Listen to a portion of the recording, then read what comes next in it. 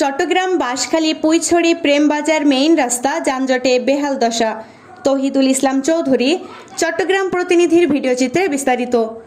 চট্টগ্রাম বাঁশখালী পুইছড়ি প্রেমবাজার প্রতিদিন বিকাল হলেই রাস্তায় গাড়ি চলাচলের জন্য ভোগান্তি যেন শেষ হচ্ছে না। শুক্রবার 10 তারিখে বিকাল 6টার সময় দেখা যায় রাস্তায় যানজটের বিশাল আকার ধারণ করে।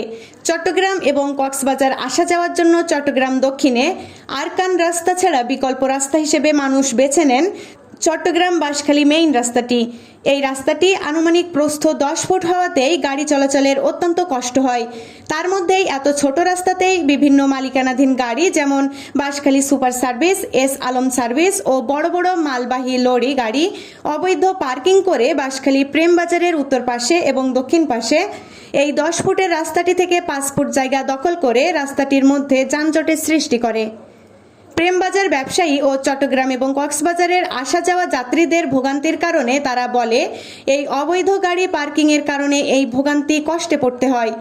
পথযাত্রীরা আরও বলেন, এই গাড়িগুলো মন গড়া রাস্তায় ও অবৈধ পার্কিং না করলে আমরা এত কষ্টই পড়তাম না।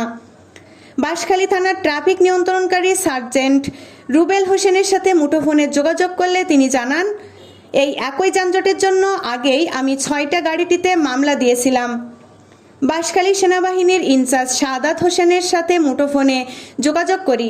তিনি বলেন, এই যানজটের কথা ওনার নলেজে আছে বলে আশ্বাস দিয়েছেন। তিনি আরও বলেন, অতি শীঘ্রই এই অবৈধ গাড়িগুলোর বিচারের আওতায় এনে আইনি প্রক্রিয়া কাজটি সম্পন্ন করবেন বলে জানান।